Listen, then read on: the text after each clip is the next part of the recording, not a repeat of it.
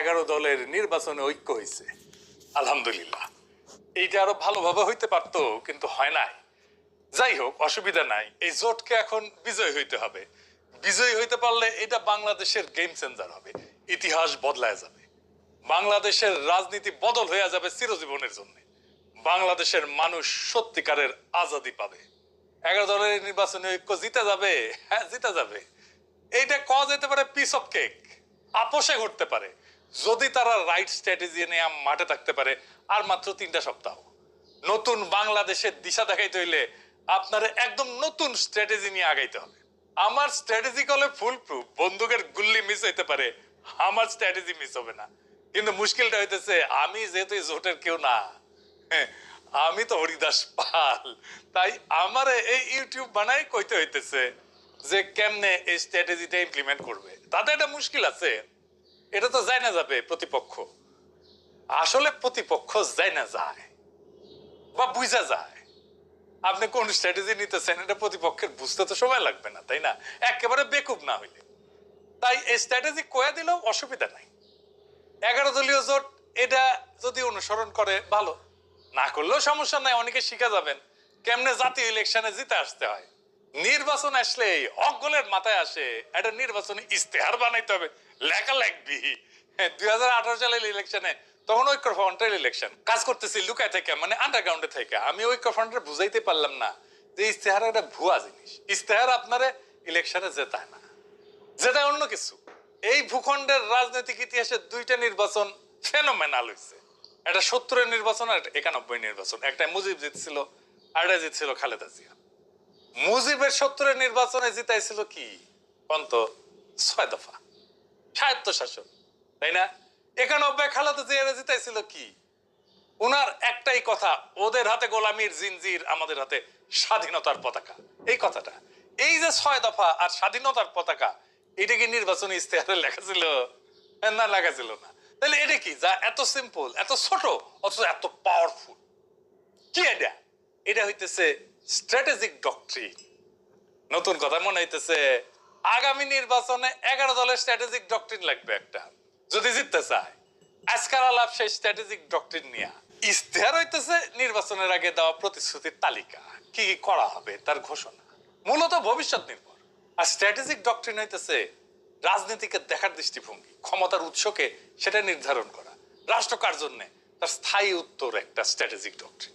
ইস্তেহার বলে কি করব, ডক্ট্রিন বলে কেন করব আর কার জন্য করব। মানুষ এই সমস্ত ইস্তার ফিস্তার বিশ্বাস করে না, পড়েও না। রাজনৈতিক দলের কর্মীরাও পড়ে না, কারণ সারা দুনিয়ার বাস্তবতা হইতেছে প্রায় সব দলই একই প্রতিশ্রুতি দেয়। চাকরি দেব, বেকারত্ব কমাবো, দাম কমাবো, দুর্নীতি কমাবো, কিন্তু মানুষ জানে এগুলো ভুয়া, কিছুই হবে না, কিছুই পূরণ হবে না। ফলে ভোটাররা এই সমস্তকে পাত্তা দেয় না। কিন্তু ডক্ট্রিন ইস্তেহারের এই সীমাবদ্ধতা ভেঙে ফেলে। ইস্তেহার যাচাই হয় ক্ষমতায় গেলে, ক্ষমতায় যে সে করলো কিনা। আমি কিন্তু আওয়ামী লীগের ইস্তেহার নিয়ে বেশ কয়েকটা এপিসোড করছি যে ওরা কোনোটাই কিছু করে নাই, বাস্তবায়ন করে নাই। কিন্তু ডক্ট্রিন যাচাই হয় ভোট দেওয়ার আগেই। ডক্ট্রিন মানুষকে প্রশ্ন করায়, আমি কি এই ডক্ট্রিনের মধ্যে নিজেকে দেখতে পাই? এই দল আসলে আমাকে কি মনে করে? মানুষ ইস্তেহার বিশ্বাস না করলেও ডক্ট্রিনকে চিনতে পারে। ইস্তেহার হয় পরিস্থিতি নির্ভর, আর ডক্ট্রিন সময় স্বাধীন। জিনিসপত্র দাম বাড়লে ইস্তেহার বদলাবে, যুদ্ধ হইলে ইস্তেহার বদলাবে, কিন্তু ডক্ট্রিন বলে যে পরিস্থিতি আসুক ক্ষমতার কেন্দ্রটা বদলাবে না, ভোটাররা তাতে নিরাপত্তা পাবে। ইতিহাস বলে যে দল ডক্ট্রিনে যেতে সে নির্বাচনে যেতে। নির্বাচনের মাঠে ডক্ট্রিন কি করে? 1 নাম্বার, ভোটকে একটা ডিল থেকে ঘোষণা বানায় দেয়। ইস্তেহার, আমি ভোট দিচ্ছি কারণ তুমি দিবা আমারে, তাই তো?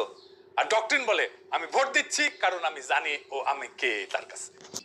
তাইলে 11 দলীয় জোটের বিজয়ের লক্ষ্যে স্ট্র্যাটেজিক ডক্ট্রিন কি হইতে পারে? আগে দেখে নেই বিএনপির স্ট্র্যাটেজিক ডক্ট্রিন কি এই নির্বাচনে, বলতে পারবেন?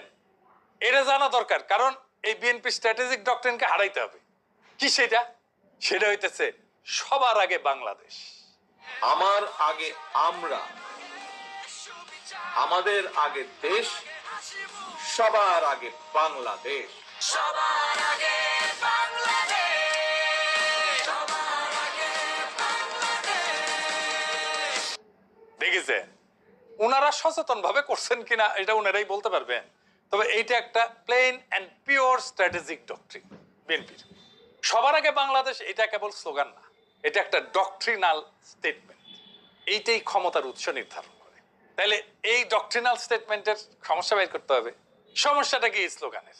সমস্যা বের করতে পারলে এইটারে ফাইট করা সহজ। আর এইটারে ফাইট করতে পারলে বিএনপি পুরা ক্যাম্পেইন কোলাপস করবে। আসেন এটা দেখে নিই, আমরা বিস্তারিত খুঁটায় খুঁটায় দেখব। তাহলে বুঝবেন এই সরল কথার মধ্যে কি গরল লুকায় আছে। সবার আগে বাংলাদেশ মানে বাংলাদেশ নামে একটা বিমূর্ত সত্তা আছে। সেই সত্তার যে স্বার্থ সেটা জনগণের উপরে প্রাধান্য পাইতে পারে। অর্থাৎ জনগণ আগে না, রাষ্ট্র আগে। এটা একটা স্পষ্ট স্টেট ফার্স্ট ডক্ট্রিন। এটা শাসনের বৈধতা তৈরি করে। এই স্লোগান দিয়ে বলা হয় দেশের স্বার্থে সব কাজ করা হবে, ফলে অধিকার সীমিত করা, মত প্রকাশ দমন করা, কঠোর সিদ্ধান্ত নেওয়া, দমন পীড়ন করা সবই নৈতিকভাবে বৈধ হয়ে যায়। হাসিনার মতো। হাসিনাও এই একই ধরনের ডক্ট্রিনে বিলিভ করতো, বিশ্বাস করত। এই ফ্রেমে দেশ উপরে, জনগণ নিচে। জনগণ দেশকে সেবা দিবে, সেবা। আগের বন্দোবস্ত, আগের রাষ্ট্রযন্ত্র, আগের ক্ষমতার ভাষা, আগের নিয়ন্ত্রণ সব ঠিক আছে, শুধু মুখ বদলাইছে, দল বদলাইছে। মানুষ স্পষ্ট দেখতেছে বিএনপি ধীরে ধীরে আওয়ামী লীগের আগের জায়গাগুলো নিচ্ছে, কাঠামো ভাঙতেছে না, দখল বদলাচ্ছে। সবচেয়ে গুরুত্বপূর্ণ বাস্তবতা হইতেছে তারেক রহমান তো নির্বাচিত প্রাইম মিনিস্টার না, কিন্তু তিনি ডিফ্যাক্টো দেশের প্রধান সিদ্ধান্ত কেন্দ্র। এখানে মানুষ বুঝে যায় সমস্যা ব্যক্তি না, সমস্যা হচ্ছে একই রাষ্ট্র একইভাবে চলে। এই উপলব্ধিটাই ইলেকশন জার্নির প্রকৃত শুরু। নির্বাচন শেষ না, নির্বাচন দিয়ে নাগরিক তার মালিকানা দখল করবে। এখানে ইলেকশন জার্নির আর্ক পূর্ণতা পায়। স্লোগান থেকে যাত্রা। এর প্রথম ফেজে কি হবে? পরিচয়কে জাগরিত করা। আমরাই বাংলাদেশ, এটা আমাদের পরিস্থিতিকে জাগ্রত করবে। এই পর্যায়ে প্রতিশ্রুতি কম, দর্শন বেশি। এর লক্ষ্য কি? মানুষ ভোটার না, মানুষকে বলা আপনি একটা পলিটিক্যাল এন্টিটি, রাজনৈতিক সত্তা। 2 নাম্বার ফেজে কি? নৈতিক প্রশ্ন, মরাল কোশ্চেনিং। এইখানে প্রশ্ন উঠবে, আমরাই যদি বাংলাদেশ হই তাহলে এত অন্যায় কেন, এত অবিচার কেন, এত বেইনসাফি কেন? এখান থেকে আসবে ইনসাফের প্রশ্ন। ইনসাফ মানে ভিক্ষা না, দয়া না, অধিকার ফেরত নেওয়া।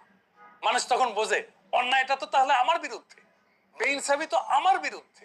আমরাই যদি বাংলাদেশ হই আর এই বাংলাদেশে যদি বেইনসাফি থাকে তাহলে এই বেইনসাফি আমার বিরুদ্ধে, কারণ আমি তো বাংলাদেশ। 3 নাম্বার ফেজ, ইনসাফের কাফেলা। এটা একটা কালেকটিভ জাস্টিসের ফেজ, সম্মিলিত ন্যায়ের যাত্রা। মানুষ বোঝে আমি একা না, আমার অভিজ্ঞতা সবারই এখানেই জন্ম নেয় কাফেলার ধারণা। কাফেলা মানে পার্টি না, কাফেলা মানে পোস্টার না, এটা একটা নৈতিক যাত্রা। আমার ভোটটা তো দেওয়া হবে তাকেই যে আইন বানাবে, যাকে আমি সংসদে পাঠাচ্ছি। এটা একটা যাত্রা, যে আইন সমাজে ইনসাফ কায়েম করবে। এই ভোট শুধু ব্যালটের ভোট না, এটা ইনসাফ কায়েমের কাফেলা।